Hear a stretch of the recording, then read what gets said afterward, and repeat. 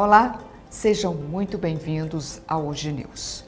Os atos de manifestações do dia 7 de setembro contra e a favor do presidente Jair Bolsonaro fizeram com que muitos se dividissem entre euforia e frustração. Para falar sobre o que aconteceu e quais são os reflexos dessas manifestações, o especialista em direito eleitoral e advogado renomado no meio político brasileiro de Brasília, Dr. Paulo Goiás. Seja muito bem-vindo ao Hoje News, Dr. Paulo. Muito obrigado, Edna. Como sempre, é um prazer estar aqui com os nossos ouvintes, os nossos internautas do Hoje News, que hoje está sendo um sucesso em termos de programação alternativa à grande mídia. Bem, doutor Paulo, o que o senhor achou dos discursos do presidente Jair Bolsonaro em Brasília e São Paulo? Bom, primeiro, houve dois discursos distintos. Um em Brasília, onde eu estava presente, e outro em São Paulo, que eu pude ver pela televisão e pelas redes sociais. Foram dois discursos distintos, mas com um objetivo único. Como eu disse no programa anterior, não haveria golpe de Estado. Haveria o presidente buscando jogar dentro das quatro linhas. E ele está jogando dentro das quatro linhas. E se nós prestarmos atenção, o que o presidente fez? Ele acuou o Supremo numa jogada política, dentro das quatro linhas, ao convocar o Conselho da República para manifestar sobre a atual crise institucional que está havendo entre o Supremo e o Poder Executivo. E com isso, o que ele fez? Faz com que você pare para pensar. O que o presidente quer dizer com isso? O que ele busca com isso? Ele busca o seguinte, a decretação do estado de defesa, que é previsto no artigo 136 da Constituição. E para chegar lá, ele está usando a tática militar, eu vou mostrar o livro, da Arte da Guerra, do Chan San. O que ele faz? Ele está jogando o inimigo para escanteio, criando as condições necessárias para dar o passo seguinte, que será o estado de defesa, e com isso ele poder fazer as mudanças que ele quer, sem ferir a Constituição brasileira, porque está lá na Constituição. É importante que existe uma diferença muito grande entre estado de sítio e estado de defesa. O estado de sítio tem que ser autorizado pelo Congresso. O estado de defesa tem que ser apreciado pelo Congresso em até 10 dias. Olha a diferença. Eu só posso baixar estado de sítio depois que o Congresso aprova. Agora, para baixar o estado de defesa, o presidente tem que ouvir o Conselho da República e o Conselho de Defesa Nacional. O Conselho da República ele já disse que vai convocar. E o passo seguinte será o Conselho Nacional. Ambos os conselhos são opinativos e não deliberativos.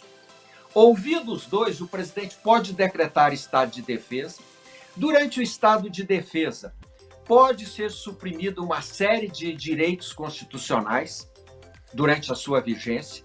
Dentre eles, as pessoas que se atentarem contra os crimes contra o Estado, da nova Lei de Segurança Nacional, já sancionada pelo presidente, poderá ser preso pelo executor, porque o presidente, quando decreta o estado de defesa, ele indica um executor, que pode ser um militar, como pode ser um civil.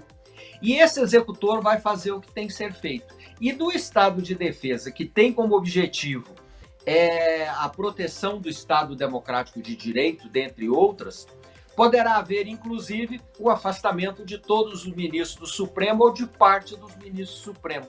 Em havendo o afastamento total, como é estádio de defesa, designa-se o Superior Tribunal Militar para responder e fazer as vezes do Supremo Tribunal. E com isso, o presidente tem de 10 a 30 dias para colocar um pouco na ordem institucional do jogo. E ele, ao mesmo tempo, está dando ao Supremo as condições para que tome medidas para esfriar a temperatura que está no clima. O clima está em clima de ebulição. Se continuar essa temperatura, como disse hoje a deputada Carla Zambelli, duas coisas podem acontecer. Uma, o presidente decretar uma espécie de golpe. 2, o presidente ser cassado e até preso. Então, me parece que nós estamos num jogo político e é preciso que os artistas do jogo político e as peças do jogo político agem com a cabeça e pensem um pouquinho mais e esfrie a temperatura. Basta jogar uma água na panela de pressão quando ela está muito quente, que ela abaixa a temperatura e com isso você pode resolver uma série de coisas. O que não pode mais é o ministro Alexandre de Moraes continuar prendendo jornalistas, parlamentares e até um cidadão americano que veio patrocinar um evento no Brasil, sem uma definição de prisão, tanto que a Polícia Federal apenas conduziu, ouviu e liberou o cidadão para viajar. É preciso ter calma, nós estamos no Estado Democrático de Direito. Quem está chutando a corda é o senhor Alexandre de Moraes e não o senhor Jair Messias Bolsonaro. E quais os reflexos no meio político das manifestações de 7 de setembro? Bom, o que nós notamos foi que uma parte achou que o presidente exagerou na hora em que ele falou em convocar o Conselho da República, que é uma convocação legítima, está prevista na Constituição, nada demais, não é fora das quatro linhas, e achou que ele falou demais quando disse que não cumpriria ordens arbitrárias do ministro do Supremo. Ora, a própria Constituição, a própria legislação nos permite não cumprir decisões arbitrárias. Existem os caminhos para fazer o não cumprimento de uma ordem arbitrária. Então, e nesta área não existe crime de responsabilidade por tentativa. Só existe crime de responsabilidade com fato concreto. Enquanto o presidente não deixar de cumprir uma ordem, não há crime de responsabilidade. Não há nada contra ele que possa justificar um impeachment. Segundo lugar, se optarem por um impeachment, com certeza o país entrará numa guerra civil. O que eu vi aqui em Brasília, mais de 500 mil pessoas, e eu posso falar isso com segurança porque eu conheço Brasília e conheço um pouco da segurança de Brasília e da estratégia de segurança, é que a esplanada estava lotada desde o Congresso Nacional até depois da Torre de TV. Tanto que tem imagens que um grupo da esquerda, principalmente do PCO, fez uma manifestação e eles praticamente ficaram cercados pelo pessoal do Verde e Amarelo, sem que tivesse ocorrido nenhum incidente, nenhum problema. Mas os líderes começaram a falar meio destrambelhado e agora estão meio desorientados. Isso porque nós temos que voltar àquela parte da arte da guerra. O político pensa sobre o ângulo de vista político e civil. O militar pensa sobre o ângulo de vista estratégico de guerra. Como o presidente está assessorado e é um militar, ele está agindo dentro da arte da guerra, enquanto que os civis estão agindo dentro da arte civil. E nisso eles podem quebrar a cara e acabar deixando o Bolsonaro sair o grande vitorioso neste processo. Agora, eu sempre repito, é necessário esfriar a cabeça. Realmente, a manifestação foi bem expressiva. O senhor acredita que haverá solução pacífica para o impasse constitucional criado entre o presidente e o ministro Alexandre de Moraes? Eu acredito que sim. Primeiro, a Constituição diz que o povo é representado pelos eleitos, presidente da República, governador, prefeito, senador, deputado federal, deputado estadual, vereador e até deputado distrital, e não por ministro supremo. Ministro supremo é funcionário público, é servidor público, e ele tem que estar adstrito à Constituição Federal.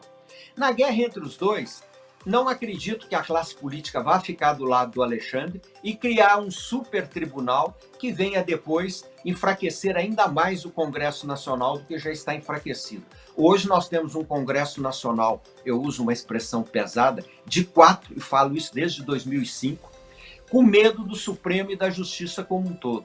Hoje a Justiça define quem é eleito e quem não é eleito. E isso não pode, gente. Quem tem que definir as regras do jogo é o Congresso Nacional. Bem ou mal, eles são representantes do povo. Ao Poder Judiciário compete aplicar as leis, interpretar as leis e não legislar. Isso tem que ficar muito claro.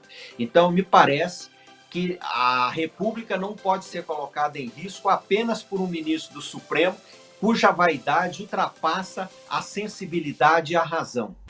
E eu sempre digo A liberdade é igual ao espírito humano.